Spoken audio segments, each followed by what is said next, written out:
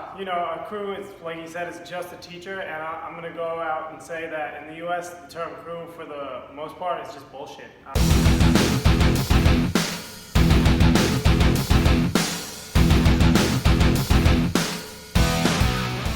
What's up? Sean Fagan here from Knockmo Nation with Chris Passeri and Paul Benashit. We're answering a question that is really common and is kind of controversial in the Muay Thai realm, especially with traditionalists and people who train in Thailand, train in the States. It's what is a crew? Now, a crew, technically speaking, is just the Thai word for teacher. But there's a lot of different controversial aspects of it because there's crew certifications and all those kind of things that are going on that do kind of take away from the meaning of it. But everyone has a different opinion. What's yours, dude? A crew is, like you said, is just a teacher, and I'm going to go out and say that in the U.S., the term crew, for the most part, is just bullshit. You can be certified without really knowing anything, having very little experience teaching. I know personally that mine, Sean's coach JJ, is not a crew. We don't call him by any title. He's just Coach JJ, and he's a damn good coach. And I think that it's completely meaningless here. So I don't know. What do you guys think?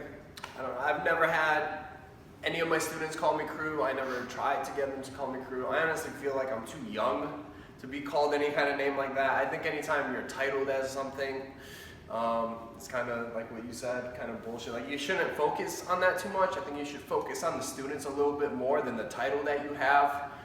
Even titling myself as a champion or a prospect or whatever it is, like, I think it's rather meaningless. I think it's just focusing on the work that you put into your students. And I think some people maybe deserve that name. They've been around the game for a very, very long time, and they've been passing down the right kind of knowledge. They spent a lot of time in Thailand. But even in Thailand, they don't require you to call that name.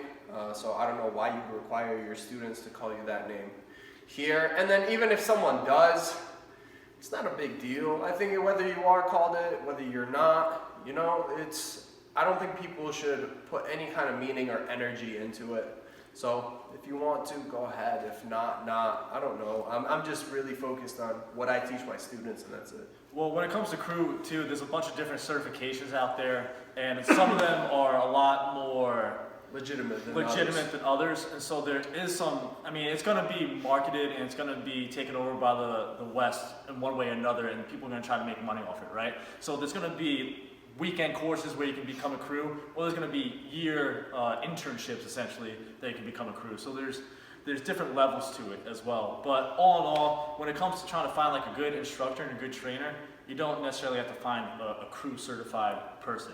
Yeah, there are people out there.